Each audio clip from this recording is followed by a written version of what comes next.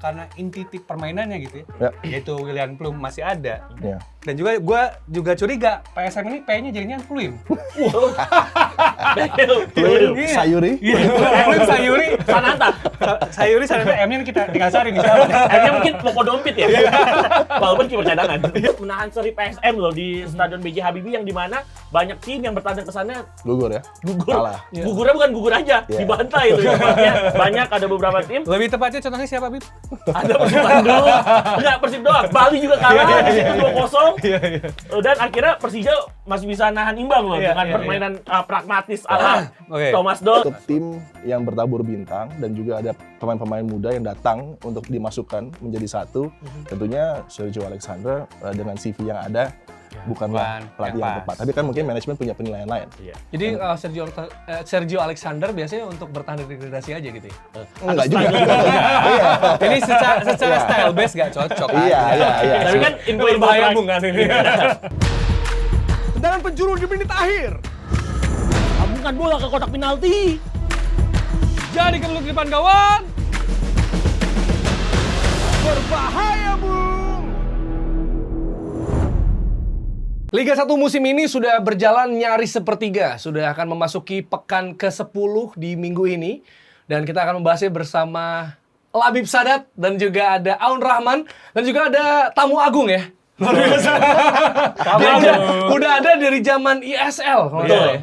2000 berapa pertama Bung Adi nih? 2010 ya. 2010 lah ya.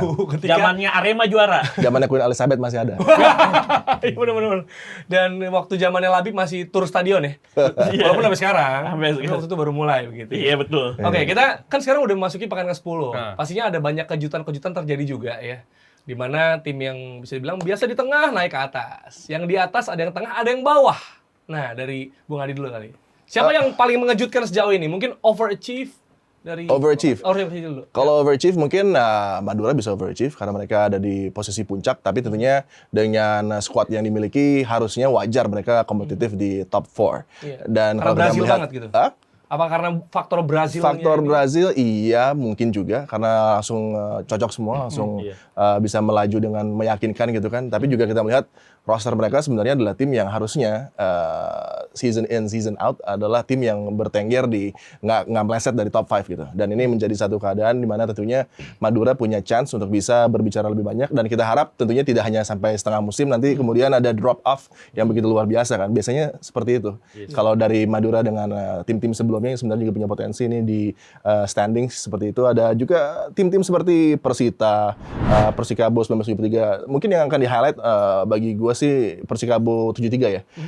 Dengan Coach Janur, dengan adanya penyegaran di sana, mereka juga sempat berbicara di peringkat top 2. Ini juga menjadi satu musim di mana tentunya squad ini punya potensi untuk bisa tampil konsisten mengganggu konstelasi dari persaingan. Gue berharap sih nggak cuma di top 8, tapi bisa di top 6 atau top 5. Wow, tapi itu mengorbankan tim yang lebih tradisional berarti di bawahnya ya. Itu menarik tadi di mana dibilang bahwa Madura ini sebenarnya udah pernah kayak gini juga ya. Eranya waktu itu Beto, Jamerson segala macam, tapi pelan-pelan turun. Kita akan lihat kayak gimana. Nah, tadi udah menyinggung soal Persita, Persikabo. Bib, kan lu katanya merasa ini tim-tim yang overachieve so far gitu. Gimana lu ngelihat kedua tim ini? Keberuntungannya jadi gua, Aun, mungkin Bung Adi juga jadi siaran nih. Tim-tim Bener juga.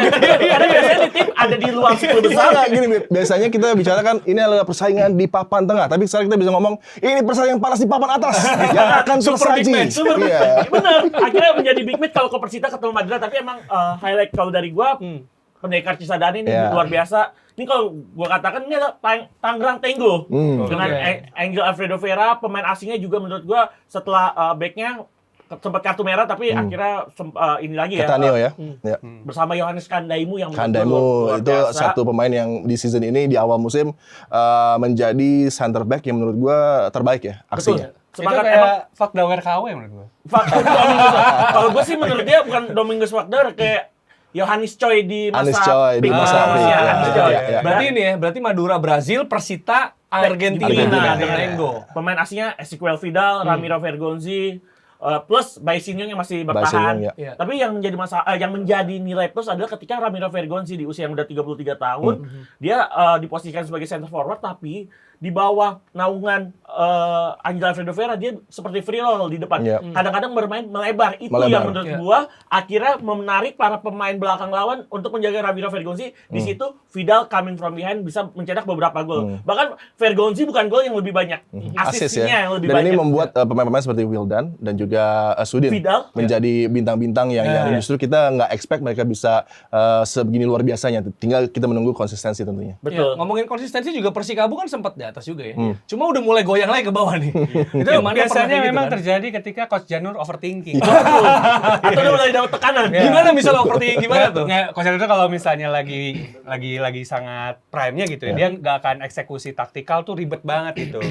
Ya udah emang drop deep, lu 3-5-2, bola pendek, lu nyerang dengan cepat, gol udah beres. Tapi kadang tuh Coach Janur dalam beberapa fase tuh dia akan kayaknya asik ya nih. Over intricate Ya, kayaknya asik nih wingback gua inverterin dua-duanya gitu. Itu yang kadang-kadang Coba-coba ya. Coba-coba yang jadi kadang emang jadi problem. Tapi kalau gua sendiri ngerasa PSM sih ini Unbeaten. buat gua mengejutkan. Apa dia unbeaten kan? Masuk final juga. Masuk di final zona juga ASEAN, ke AFC. AFC karena pada awalnya gua rasa tuh kayak karena banyak bintangnya keluar, Hilmansyah keluar. Terus Hasim Kipu Hasim Kipu juga keluar.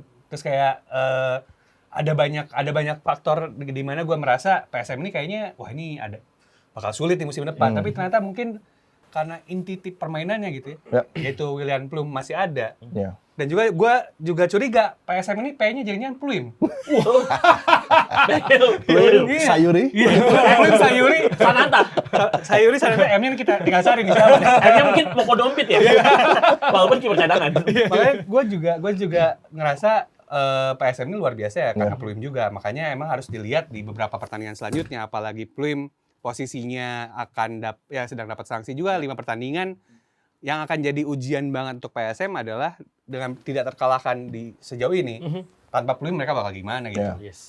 Dan gue melihat juga sebenarnya PSM adalah tim yang harusnya dalam perbincangan sebagai top tim yang akan beredar di peringkat 1, 2, 3. Dan ini satu keadaan yang memang kalau gue lihat manajemen punya keseriusan walaupun boleh dikatakan rosternya nggak sekuat itu, tapi mereka mendatangkan Bernardo Tavares, pelatih yang tahu betul kelebihan dan kekurangan PSM Makassar. Bagaimana mereka tampil di awal AFC Cup menghadapi Kuala Lumpur di away, kita sempat berpikir ini akan ada satu keadaan yang kurang nyaman untuk PSM. Tapi bagaimana dia men-set up low block double-nya, kemudian membuat timnya sulit dikalahkan. Ini yang terpenting bagi PSM, sulit dikalahkan terlebih dahulu, kemudian bereaksi terhadap apa yang ditawarkan lawan.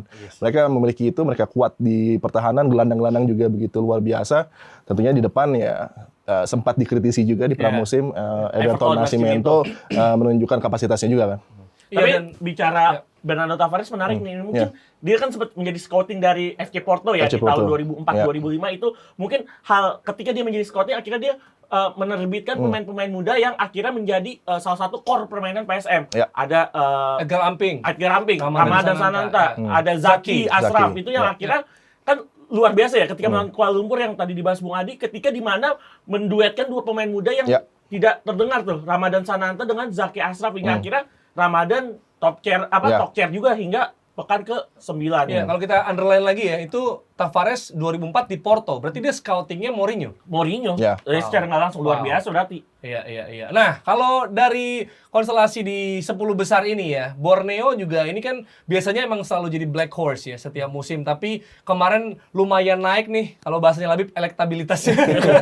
Karena masuk piala-piala presiden yang mana juga mereka memiliki kedalaman squad yang lebih membaik, di mana Vano luar biasa dan Pato menjadi top scorer sementara begitu. Gimana kalian ngeliatnya? Kalau gue ngerasa sebenarnya gue juga pernah bikin statement juga kebetulan di medsos gue gitu. Gue ngerasa ini tim Borneo yang paling menarik yang pernah gue tonton gitu dibanding semuanya karena timnya lengkap aja gitu secara kedalaman, gak tanggung lah gitu. Di sisi lain memang harus diakui keberadaan Vano Lillipali ini emang bikin jadi Borneo-nya jadi beda. Karena kan satu dia punya Champions experience, tahu gimana caranya menangin pertandingan, tahu gimana juara, tahu gimana juara dan sebenarnya kalau secara taktikal keberadaan Vano Lillipali ini adalah bikin Mateus Pato jadi bebas gitu.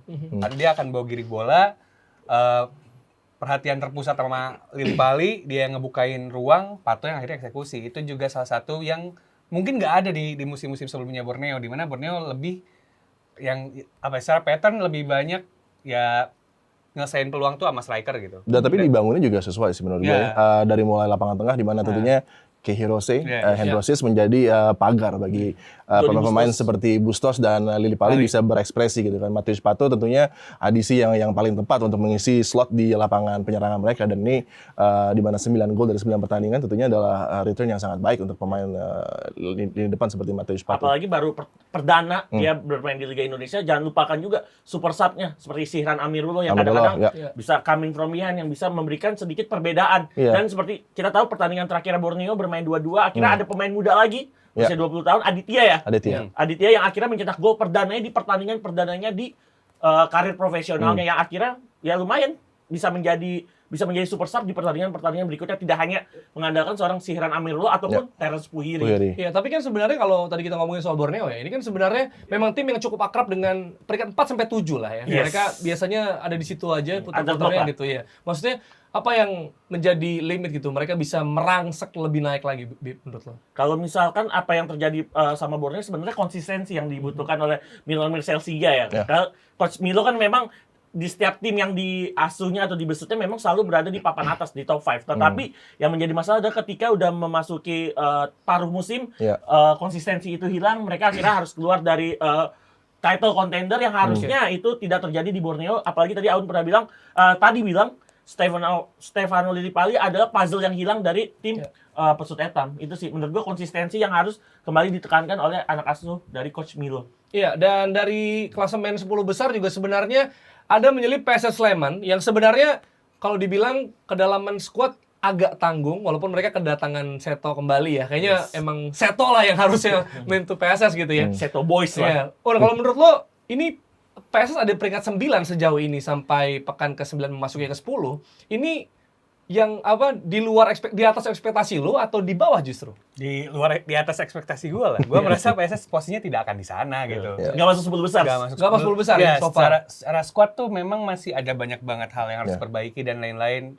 Bagaimana mereka mesti memaksimalkan Boas pun gue rasa juga mesti harus ada improve lah, ada improve.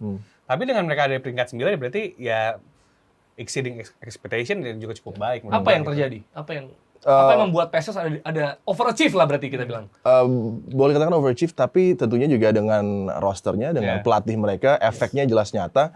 Bagaimana para pemain bermain untuk sang pelatih itu terlihat jelas, dan nggak cuman bermain cantik ya. PSS sekarang bisa winning ugly. Seperti di pertandingan terakhir mereka. Itu yang perlu ya. Ini yang keadaan yang mungkin orang menganggap PSS akan bermain dengan certain style of football yang Seto menyerang dan build up-nya cantik juga, gol-gol juga indah, tapi terkadang juga ketika dibutuhkan untuk bermain winning ugly, ini juga bisa ditawarkan sekarang oleh PSS. Iya, tapi emang sepakat sih ketika melawan Persis Solo yang dimana secara kita harus sepakat ya kedalaman skuad Persis itu lebih baik dibandingkan PSS, tetapi memang akhirnya Jihad Ayub dan kawan-kawan bisa memenangkan, dan setelah pertandingan dalam konferensi persnya juga Coach Seto bilang ini permainan PSS ini buruk sekali, tapi beruntung kita bisa winning ugly atau ya setidaknya meraih 3 poin. Iya, terpenting itu sih bagaimana pemain akan bermain untuk sang pelatih. Jadi komitmennya ada, apapun yang diinginkan pelatih mereka akan tawarkan di lapangan. Itu yang sekarang sedang ada di PSS yang mungkin ketika Seto tidak ada di sana dalam keadaan-keadaan tertentu ini tidak terjadi gitu kan. Tapi gue sepakat soal winning ugly itu dan juga soal lo harus main buat pelatih. Ini kenapa masalahnya, inilah alasan kenapa tim tuh harus menang dulu secara reguler gitu, dapat poin dulu. Itu juga sebenarnya terjadi di Persija, terjadi juga di Persib. Yang penting lu menang dulu, secara rutin dapat 3 poin. Karena gini, kalau misalnya mau ngebenerin permainan tapi ketika result lu jelek, itu kan mengaruhi mentalitas lu juga gitu. Ya, kayak, aduh gua udah mainnya rapi, udah sesuai instruksi pelatih, tapi kagak menang. Ya, dan tekanan supporter pastinya, betul, ekspektasi yang berpengaruh. Menurut pandangan gua, eksperimen bisa dilakukan ketika main lu udah benar, udah menang terus, mau eksperimen kayak gimana juga mangga. Tapi kalau misalnya week in week out, minggu pertama menang, minggu kedua kalah, ya agak susah juga gitu. Jadi eksperimen boleh, tapi kalau bisa jangan terlalu overthinking ya.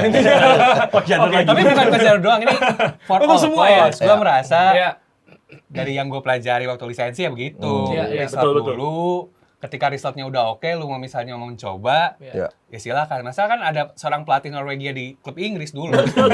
Timnya lagi nggak bagus, dia eksperimen. Iya, gitu. Kalau FK Manchester ya. Tapi kalau bicara experience kan, eksperimen kan nggak melulu tentang pattern ya, tetapi Yeah. juga bisa mencoba pemain-pemain muda. Yeah. Itu saya sepakat juga. Akhirnya pemain-pemain muda mendapatkan jam terbang, pengalaman yang akhirnya bisa menjadi modal dia tidak hanya di musim itu, tapi musim-musim selanjutnya. Iya, tapi kalau tadi kita melihat soal peringkat ya, ini kalau kita mengerucut ke 5 besar, ada 2 nama yang sebenarnya memang layak di sana ya, dan memang secara tradisional juga sebenarnya ekspektasi juga ada di sana, yaitu Bali United yang ada di nomor 2, kemudian juga ada Persija Jakarta yang ke peringkat 5. Kita lihat, ini menarik ya, karena case-nya rada mirip. Bali United sempat struggle di awal dengan kalah 2 kali kalau tidak salah ya. Kalah 2 Di kali awal. dalam 4 pertandingan. Oke, ini dia klasemennya. Kalah 2 kali di 2 laga awal sebagai tim juara bertahan. Betul.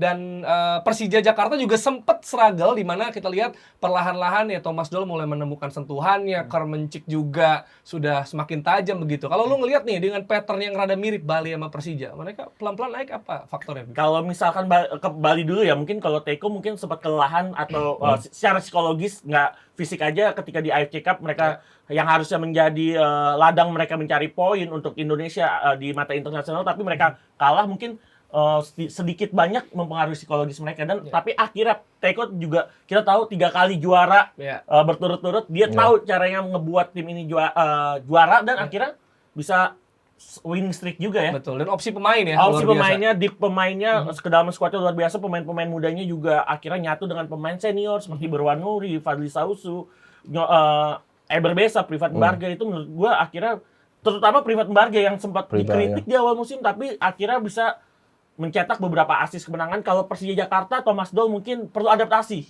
di awal musim. Adaptasi akhirnya berjalan baik ketika menghadapi Rans, menghadapi Chonburi di pre-season, akhirnya menunjukkan. Dan walaupun sempat kalah secara kontroversial menurut gua ketika melawan Bali di pekan perdana, akhirnya dibuktikan di pekan-pekan selanjutnya tanpa bisa menahan seri PSM loh di Stadion B.J. Habibie, yang dimana banyak tim yang bertandang ke sana Gugur ya? gugur. Kalah. Gugurnya bukan gugur aja, dibantai itu. Ya. Banyak, ada beberapa tim. Lebih tepatnya contohnya siapa, Bib? Ada Persib Bandung, enggak Persib doang. Bali juga kalah di situ 2-0. Dan akhirnya Persija masih bisa nahan imbang loh dengan permainan pragmatis ala Thomas Doll. Ini gue sepakat sama Aun, memang sistemnya Thomas Doll yang dibawa ke Persija, bukan ngebawa pemainnya. Ngebawa sistem dan akhirnya bisa winning streak 5 pertandingan. Iya, itu kalau kita ngelihat juga ya, di mana memang udah tahu cara main ya, udah tahu know-how-nya gitu, di mana kayak Spaso udah 7 gol seperti biasa. Ini bukan hal mengejutkan. Privat Mbarga Spaso kayaknya udah tahu ujung gawang di tiap tim di Indonesia gitu. Oh, kalau main di Kanjuruhan tuh DBLA di sini. DBLA di sini. berdiri di sini. Udah kayak Harry Kane kalau di Tottenham Hotspur. Tapi dia belum tahu kalau stadion Pare-Pare. B.J. Habibie. Dia tahu. Betul. Akhirnya nggak bisa cetak gol. Langsung. Dia belum biasa ya. Belum Dan kayak biasa. tadi lu bilang juga Privat Mbarga, di mana kontribusi gol dan assist juga luar biasa. Asis sih lebih tepatnya. Rival luar biasa. Dan untuk tim-tim seperti Bali, Jer, kemudian Persija, PSM Makassar, Persib Bandung bahkan kita bicara sampai peringkat ke-8, mereka tidak peduli bagaimana memulai sebuah season. Tapi bagaimana mencari performa yang ideal dari para pemain, perlahan namun pasti grafiknya meningkat. Karena mereka semua akan berbarengan menuju, yang paling krusial adalah tentunya nanti ada break Piala Dunia, kemudian ada putaran kedua. Di situ dimana tentunya yang biasanya tradisionalis akan kembali ke Traditional power is coming. ya akan comeback. Kita akan mungkin melihat menghilangnya mungkin bisa Madura yang akan turun, Persita, Persikabo, PSS dan PSIS mungkin akan ada di conversation 10 besar, tapi Persib yang akan mungkin naik cukup jauh ya. Itu menjadi satu ini keadaan false position buat Persib Bandung menurut gua sih. Oke, tapi sebelum kita bahas ke Persib ya, secara spesifik dulu dari Bali dan Persija dengan pattern yang cenderung mirip. So far walaupun Persib juga mulai menunjukkan kapasitasnya di bawah Luis Mia, nanti kita akan bahas, tapi Bali dan Persija gitu secara spesifik. Mungkin apa yang lo perhatikan dari mereka untuk bergerak?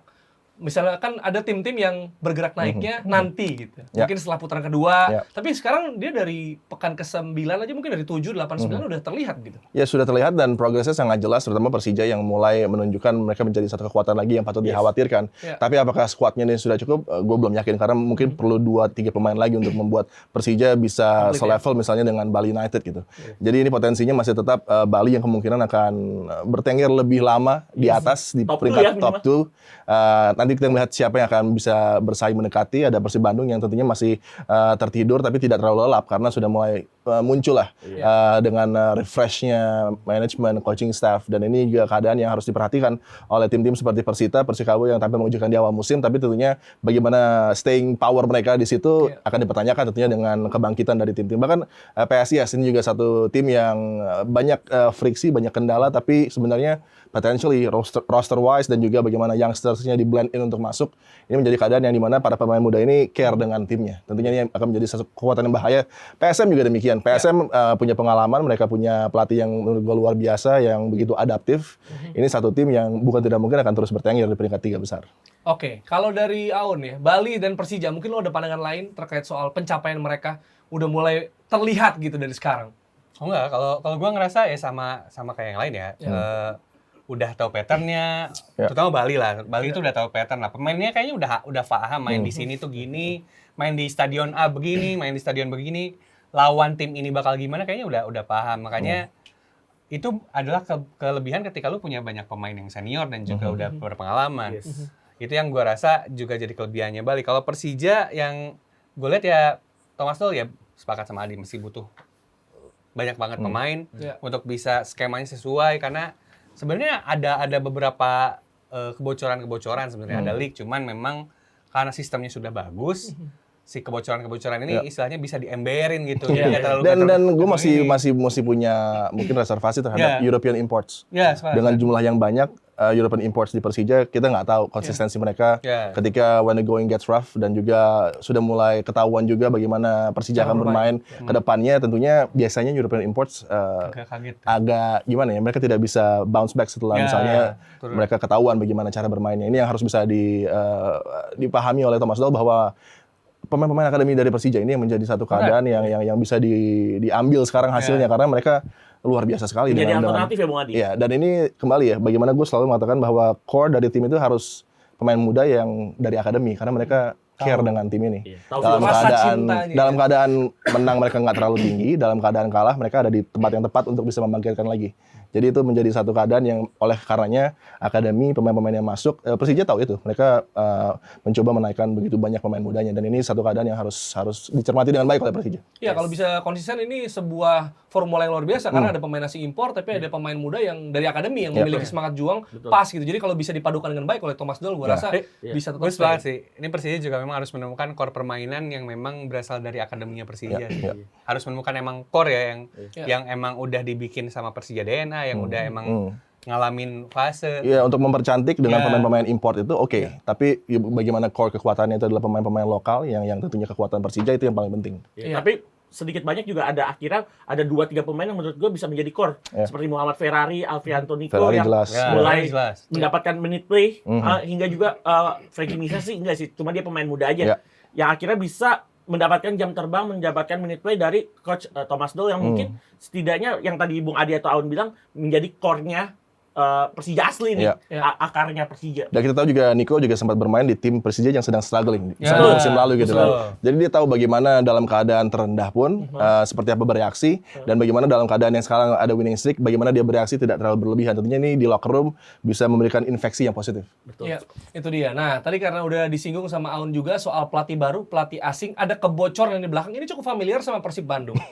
Iya kan, dimana kalau kita udah sempat bahas ya, dimana kebobolan mereka cukup memprihatinkan. Banyak. Yes. Dan sebenarnya ya memang ada perbaikan, tapi belum sepenuhnya bisa ditambal begitu, karena masih jebol-jebol juga gitu, belum ada clean sheet lagi. Tapi mulai menemukan ritme kemenangan. Walaupun menang-menang tipis, mungkin minjem bahasanya Bung Adi, menang ugly win gitu. Tapi tetap bisa memberikan 3 poin, dan itu yang dibutuhkan gue rasa untuk Persib Bandung. Betul, karena again gue akan ulangi statement gue.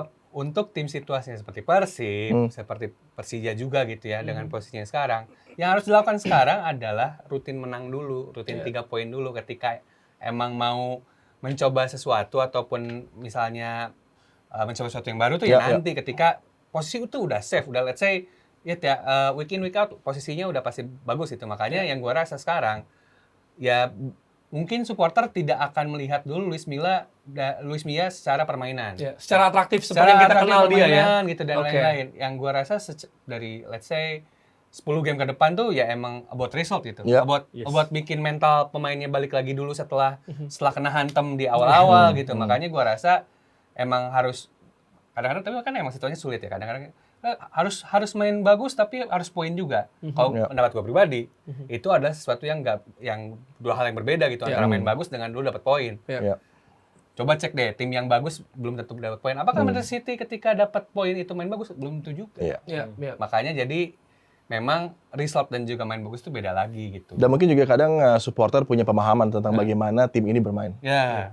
Possession base, kita tim yang hebat, tim yang besar, lawan harus khawatir dengan kita. Tapi nggak ada salahnya untuk bisa sedikit merubah. Karena lawan juga akan, taruhlah misalnya Persib Bandung, Bali, Persija, bahkan lawan-lawan mereka akan bersiap 2 kali lipat untuk bisa mempersulit bagaimana gaya mereka yang tadinya front foot, tadinya bawa possession base. Sekarang bagaimana kecerdikan sang pelatih untuk bisa adaptif, itu yang harus terjadi. Luis Milla juga tahu bagaimana dia harus back to basic ya, memperkuat pertahanan itu jelas. Dan juga tidak tampil terlalu terbuka. Keep it safe and tight, compact defense, dan kemudian bermainnya justru relatif mungkin counter attacking. Tapi mungkin itu bukan the Persib Bandung way. Tapi itu adalah cara alternatif to get the results di awal 5, 6, 10 pertandingan. Kemudian kalau sudah nyaman, pemain sudah kena groove-nya lagi, mereka sudah dalam satu harmoni, mulai bisa possession base lagi. Mulai tahu siapa yang akan memegang kendali di lapangan tengah, 3-4 pemain di sana. Ini tentunya kenyamanan dari pelatih ketika sudah ada hasil yang mengikuti. Dan ini menjadi keadaan di mana para penonton, supporter pun akan sudah mengerti bahwa nggak selalu dengan Persib Bandung, dengan Persebaya, dengan Persija, dengan Bali mengutamakan possession 70%, 60%, nggak selalu seperti itu kan. Tapi apakah dengan seperti itu akhirnya Luis Milla menjadi salah satu mengganti pattern yang tadinya dibawa Rene Robert Albert 4-3-3, akhirnya merubah formasi menjadi 3-4-3, mungkin merubah Daisuke 1 atau mencari pemain lini tengah lainnya yang akhirnya merubah permainan Persib ya, maksudnya seperti bisa jadi karena kan result yang dicari, Bib. Emang nyari result mah istilahnya skema formasi itu gambaran awal aja. Misalnya ternyata berubah, yang gue lihat sebenarnya nggak banyak berubah banget juga. Iya sih. Cuman ada beberapa adjustment ya. Adjustment. Dan yang menarik kan karena ini mid season, ini bukan tim dia. Jadi kan dia harus belajar lagi mengetahui di latihan bagaimana kinerja, apa yang bisa ditawarkan oleh pemain-pemain ini. Dan ini menjadi tantangan bagi Luis Milla. Walaupun dia sudah paham dengan karakter sepak bola Indonesia, tapi tentunya dia masuk ke dalam ekosistem yang baru di pertengahan, di mana tentunya dia belum bisa berbicara banyak dengan signings yang dilakukan oleh Persib Bandung. Betul, jadi memanfaatkan pemain yang ada, kemudian diracik ya menjadi formula yang luar biasa. Oke, dan kalau kita bergeser sedikit ke peringkat 10, 11, dan 12, ya ini ada tim yang sebenarnya bahkan 10 dan 11 ya. Ini tiga ini 11, ada 12. Iya, 10, 11, 12 ada satu tim Jawa Tengah, 2 tim Jawa Timur. Di mana 10 dan 11 ini bisa PSIS dan juga Arema. PSIS lumayan hype banget karena gerak cepatnya di bursa transfer dan ya luar biasa lah Fortes dan Marukawa bermain juga begitu apik. Namun kehilangan Fortes mungkin sedikit banyak cukup berpengaruh di peringkat 10 dan Arema juga menjuari Piala Presiden yang sepertinya tidak terlalu terlihat di liga ini. Apa yang terjadi oleh dua tim ini ditambah Persebaya juga yang ada di peringkat 12? Ya kalau untuk Persebaya tentunya mereka transisi. Mereka kehilangan begitu banyak 95%. Tapi mereka punya core pemain muda juga kembali, pemain muda yang bagus, pemain-pemain yang sudah berlaga dari Liga 2 seperti Hidayat misalnya, tahu bagaimana untuk bisa membawa tim ini lagi. Dia glue guy, tapi dia penting. Dan ini adalah hal-hal yang terkadang tidak dipikirkan oleh pelatih dan juga manajemen, di mana seorang glue guy ini mungkin dia bisa beroperasi di berbagai posisi, tapi kepentingan dia di tim ini tidak hanya di lapangan, tapi juga sebagai leader di locker dan juga bagaimana untuk bisa membawa anak-anak muda Persebaya tampil luar biasa. Mereka punya blue chip di Marcel Ferdinand, tentunya juga ini yang harus terus dijaga karena dia adalah pemain yang bisa membuat Persebaya kembali istimewa. Bukan di musim ini, tapi mungkin di 2 musim mendatang. Dan usianya masih sangat muda gitu kan. Jadi kita tidak boleh memberikan pressure berlebih kepada Aji dan Persebaya karena ini work in progress dan juga mereka tidak terhindarkan karena hilangnya begitu banyak pemain. Tapi kalau misalnya PSIS kehilangan Fortes, mereka luar biasa di transfer window gitu kan. Kehilangan Fortes itu kehilangan 10-15 gol. Tentunya ini keadaan yang juga tidak mudah walaupun ada Andreas Ado yang menurut gue juga tampilnya baik, tapi dia bukan tipikal pemain yang bisa deliver 15 gol dalam satu musim gitu kan. Jadi harus ada penyesuaian. Mungkin bagi manajemen yang boleh kita kritisi adalah bagaimana memilih pelatih. Untuk tim yang bertabur bintang dan juga ada pemain-pemain muda yang datang untuk dimasukkan menjadi satu, tentunya Sergio Alexander dengan CV yang ada bukanlah bukan pelatih yang yang tepat. pas. Tapi kan mungkin manajemen punya penilaian lain. Jadi Sergio Alexander biasanya untuk bertahan dari degradasi aja gitu ya. Enggak juga. Ini secara style base gak cocok. Iya. Tapi kan info-info Berbahaya, terakhir- Bung, kan ini. info-info terakhir kan mungkin mau balik lagi dengan keharmonisan pelatih asal Italia kan, Iya, Vincenzo iya, Iannese. yang selalu dikaitkan bila ada slot dari kepelatihan PSIS. Iya. ya. Apalagi Vincenzo kemarin hadir kan ketika Iya. PSIS di laga terakhirnya, apalagi yang waktu derby Jateng ya, Iya. dia hadir. Tapi memang kehadiran Fortes yang begitu superior di Piala Presiden, tiba-tiba di awal Cedera, musim ya. dia cedera otot, Iya. di mana otot yang lagi nggak kuat. Mungkin jelas itu mempengaruhi 50% gol, apalagi Rol Marukawa juga nggak sebagai winger yang gue lihat saat ini. Jadi Bahkan CF ya? jadi CF Iya. sebagai goal getternya tim AS Jenner itu Iya. yang harusnya tadi Bung Adi bilang harus mencari setidaknya secepatnya pengganti dari Fortes walaupun punya Andreas Ado. Andreas Ado. King Hari mungkin harus sepertinya Iya. dioptimalkan kembali. Iya, Harindo Julianto ya, HNI, yang sempat menjadi main focal point bagi Betul, tekanan PSIS. mereka ya. Ya sempat ada kendala di belakang layar membuat dia juga mungkin agak tergeser. Tentunya harus ada lagi pemilihan di mana pemain utama yang terbaik untuk lapangan depan karena ya Fortes kita belum tahu kapan dia bisa kembali gitu kan. Dan Cepatnya kan paruh musim ya. iya, Rian juga menjadi tipikal pemain yang masuk sebenarnya beraksi dari sayap kan. Yes. Andreas Ado juga bukanlah tipikal center forward gitu. Jadi Betul. Sempat hat-trick tapi itu baru satu game ya. Kita belum lihat ada konsistensi di sana. ya Rian di musim lalu sebenarnya starter untuk memulai musim kan dan dia tampil sangat baik untuk bisa menjadi adisi yang berbeda dari lapangan kedua. Tapi tentunya untuk dia diberikan beban menjadi main focal start point ya.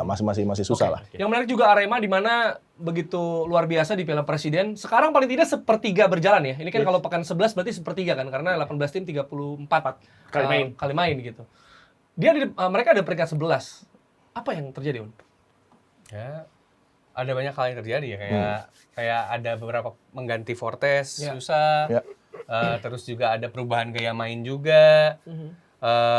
Ada yang paling gue lihat sebenarnya adalah perubahan gaya main. Waktu pas Almeida itu beneran rigid, compact di Ya. belakang, counter attack langsung Fortes. Kalau di musim ini tuh beneran emang berubah aja gaya mainnya gitu. Beneran berubah gaya mainnya dengan lebih terbuka sebenarnya Arema musim ini tuh sebenarnya. Jauh lebih terbuka, jauh lebih atraktif. Tapi itu juga yang jadi faktor yang kemudian membuat Downfall ya? Iya, downfall juga karena akhirnya backfire ternyata strategi itu. Apalagi Abel Kamara juga nggak perform ya. Lebih Ya. terbuka mainnya. Ya itu yang menjadi dilema yang gua katakan tadi tentang bagaimana supporter dan manajemen punya satu pemikiran. Arema bermain dengan certain style. Selalu menyerang agresif 4-5 pemain menusuk ke sepertiga akhir gitu kan. Gol-gol akan terjadi di sana walaupun agak leaky juga di belakang tapi itu mereka bisa terima. Tapi kan dengan Almeida sebelum dia tentunya juga tergeser ada perubahan signifikan dari sistem pertahanan yang digalakan dan itu kembali dia back to basic. Dia tahu tim ini juga sebenarnya overachieve. Dan mungkin di musim lalu juga begitu banyak hal-hal positif yang terjadi tapi sebenarnya mungkin belum terlalu siap. Ya sehingga tentunya ekspektasinya di musim kali ini lebih ketimbang Lebih tinggi misalnya lagi. musim lalu. Dan juga harus ada gaya permainan yang berubah. Sebetulnya dari roster yang ada, dari para pemain pun masih belum terlalu siap untuk kembali ke Arema yang di kala juara kita tahu luar biasa kan. Ya, dan yang menarik juga sebenarnya yang tidak ada di klasemen ini ya. Itu adalah Bayangkara FC di mana mereka mungkin sejak ada di 2017 ya, ketika itu Liga 1, ini konsisten 10 laga Lima awal besar. lah, 5 besar terus. Iya. Sekarang tercecer begitu jauh, bahkan bukan cuma keluar dari 10 tapi 14. Peringkat 14 di mana sebenarnya mereka kedatangan edition juga seperti Yosef Sejari begitu. Apa yang membuat mereka jauh banget? Kalau gue sih pasti jelas kehilangan Paul Munster yang Oh, dibuang. gue pikir kehilangan Jajang Mulyana. Nanti itu. Udah 2 gol buat Bali soalnya. Tapi memang pertama kehilangan tapi memang pertama kehilangan Paul Paul Munster Munster, ya. yang luar biasa membawa Bayangkara, tahu dia bagaimana Bayangkara di musim sejak juara pertama kali mereka hadir di 2017 tidak pernah keluar dari 4 besar bahkan tiba-tiba harus meninggalkan tim The Guardian digantikan oleh coach WCP yang sebenarnya secara CV nggak buruk-buruk amat, sebenarnya luar biasa tapi memang mungkin coach WCP memiliki treatment khusus yang belum cocok dengan tim Bayangkara plus kehilangan Ezekiel Endaus, Jajang Mulyana, terus pemain-pemain Lee Yujun yang sebenarnya menjadi katalisator Ada ini. di Madura sekarang ya. Sekarang di Madura Puncak. dan yang menjadi untung dari Madura adalah Lee Yujun udah punya paspor Indonesia. Itu Betul. menurut gua banyak pemain inti di musim lalu yang siap mati dalam tanda kutip untuk Pamarji, maksud saya buat Bayangkara FC, buat Bayangkara FC yang akhirnya sisa Hargianto doang yang akhirnya menjadi core. Itu menurut gua mungkin akhirnya membuat ada kesendat lah, cok dari tim The Guardian sejauh ini. Itu dia, karena Paul Merson juga tetap mau warna kuning ya, Brunei kan? Brunei Darussalam, jadi Dirtek. Dirtek. Oke, tapi kalau kita ngomongin ya soal Persik Kediri, di mana kita bertiga kayaknya bilang ini akan mengejutkan ya, tiba-tiba dia masih kurang bisa struggle so far gitu, turun di bawah. Apakah Bung Adi punya jawaban? Nah, mungkin kan kita penasaran kenapa bisa ada Coba di Bung Adi. bawah, Bung Adi. Persik Kediri, tim yang punya core fans luar biasa, sejarah juga luar biasa, stadion heritage. Betul. Ya, Yang tentunya heritage. Yang, Iya. Iya, dan itu punya aura tersendiri. Ya. Kalau kita datang, kalau Anda pernah ke sana kan, kita juga tahu ada aura yang mungkin mystical gitu, kan, Berbeda, yang membuat betul. tim-tim lain sebenarnya harusnya takut. Itu harusnya menjadi fortress gitu. Tapi bagaimana tim ini dari mulai manajemen, coaching hingga pemain harus ada sinergi. Itu belum terjadi ya. Harapan itu ada ketika mereka back to back bisa meraih promosi. Yes. Tapi kemudian ketika di Liga 1 justru sepertinya banyak tangan yang mencoba untuk masuk ke kolam yang begitu indah sebenarnya dari Persik Kediri, dan ini yang membuat tim ini masih belum bisa keluar potensinya, bahkan bakat-bakat seperti Septian Bagaskara yang menjadi kekuatan mereka untuk bisa naik. Sekarang hanya ada The Legend masih ada, tapi Faris Aditama, Adi Eko Jayanto masih ada di Faris sana. Aditama SPD. Iya, SPD jangan lupa. Ya, ini kan dua pemain istimewa ya, karena dari Liga 1 kemudian mereka turun hingga ke Liga 3, dia balik lagi, Adi Eko Jayanto dan Faris Aditama. Sebenarnya di locker room sudah ada satu kesempatan untuk dua pemain ini untuk bisa menunjukkan kapasitasnya sebagai leader di sana. Tapi bagaimana pemilihan pelatih, kemudian juga di top levelnya mungkin belum ada, ya itu tadi sinergi yang membuat tentunya tim ini harusnya nggak seperti inilah. Mereka punya potensi sebenarnya. Nah itu tadi bahasan singkat ya, review kita dari sepertiga liga ini berjalan seperti apa. Masih ada tim-tim yang belum terbahas, nanti kita akan bahas di episode-episode selanjutnya. Dan kalau pendengarnya atau penontonnya berbahaya Bung punya komentar terkait soal bagaimana tim bisa melejit ke atas, atau ada tim yang udah di atas yang overachieve tapi akan turun, bisa tulis langsung di kolom komentar. Kita ketemu di episode selanjutnya dari Berbahaya Bung.